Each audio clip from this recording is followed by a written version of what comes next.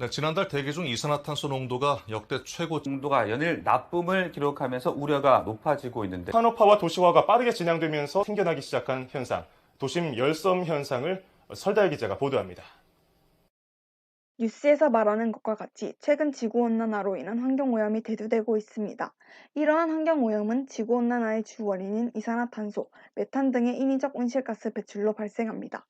이러한 지구온난화의 주 원인들에 의해 발생하는 환경오염을 극복하기 위해 현재 정부와 일부 기업들이 도심 속에 숲을 조성하고 또는 최소한의 공간만을 사용하여 클린로드 조성, 희끼 공기청정기 설치 등 적극적인 노력을 기울이고 있습니다.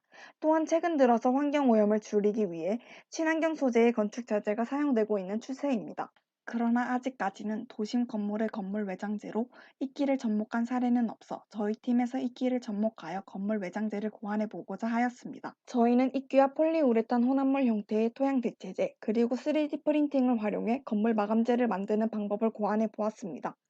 그런데 여러분이 생각하는 이끼는 곰팡이에 속하여 관리 안 된 건물이나 습하고 그늘진 곳에서만 사는 것으로 아실 텐데요.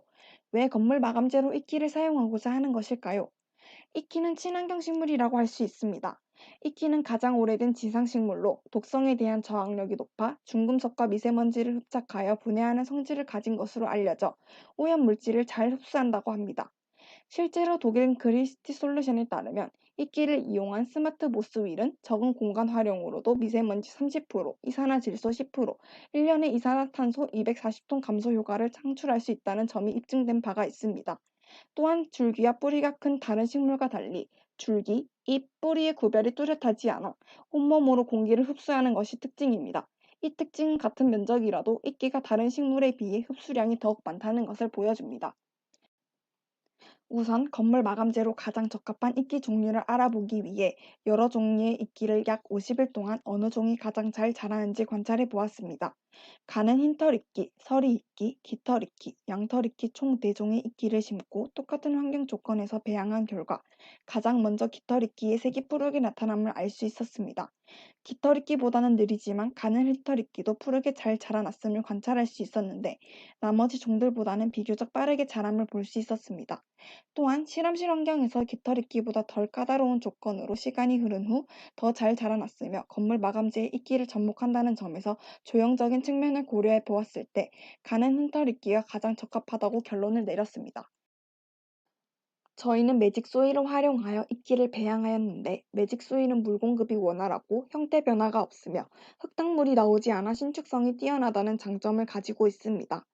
매직 소일을 활용하여 이끼를 심어 건물 마감재로 활용하기 위해 3D 프린팅에 접착하고자 하였으나 물을 머금어 수분이 가득 차 있는 특징과 건조되었을 때도 다른 물질에 잘 붙지 않는다는 점으로 인해 건물 마감재로 만들기에 어려움을 겪었습니다.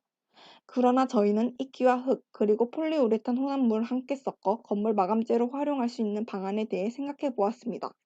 가장 우선으로 건물 마감재로 사용하기 위해 이끼와 흙이 흘러내리지 않아야 한다는 것을 중점으로 두었으며 폴리우레탄에 흙을 적당하게 넣은 뒤 발포제를 적정 비율로 섞어 주었습니다. 그런 다음 조형미가 돋보이도록 만들어둔 3D 프린팅 위로 이 혼합물을 부어 주었으며 이끼를 그 위에 심어 흘러내리지 않게 만들었습니다.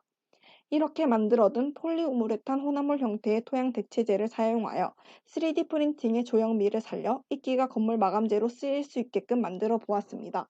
이렇게 이끼를 접목하여 건물 마감재로 활용했을 시 얻을 수 있는 기대 효과는 엄청날 것으로 예상되는데요.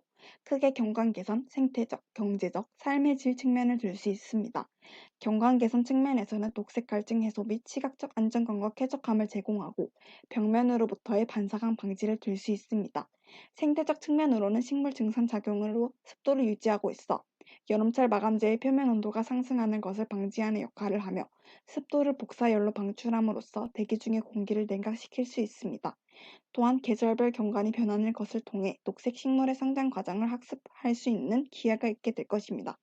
경제적 측면으로는 냉방장치 사용 감소에 따른 전기 에너지를 절감할 수 있고 자외선 차단과 건물 노후와 부식을 방지할 수 있어 비용적인 측면에서 절감시킬 수 있습니다. 마지막으로 삶의 질을 향상시킬 수 있는데 이는 유리 건물에 의한 외부 시선을 가리는 효과가 있고 이끼에 의한 산소 발생으로 심신 안정, 학습 및 업무 환경을 향상시킬 수 있습니다. 또한 여름철 창문 개방을 통한 환기가 가능하며 소음 올림 현상이 감소하여 삶의 질 상승을 느끼는 효과를 기대할 수 있습니다. 감사합니다. 지금까지 팀 모스였습니다.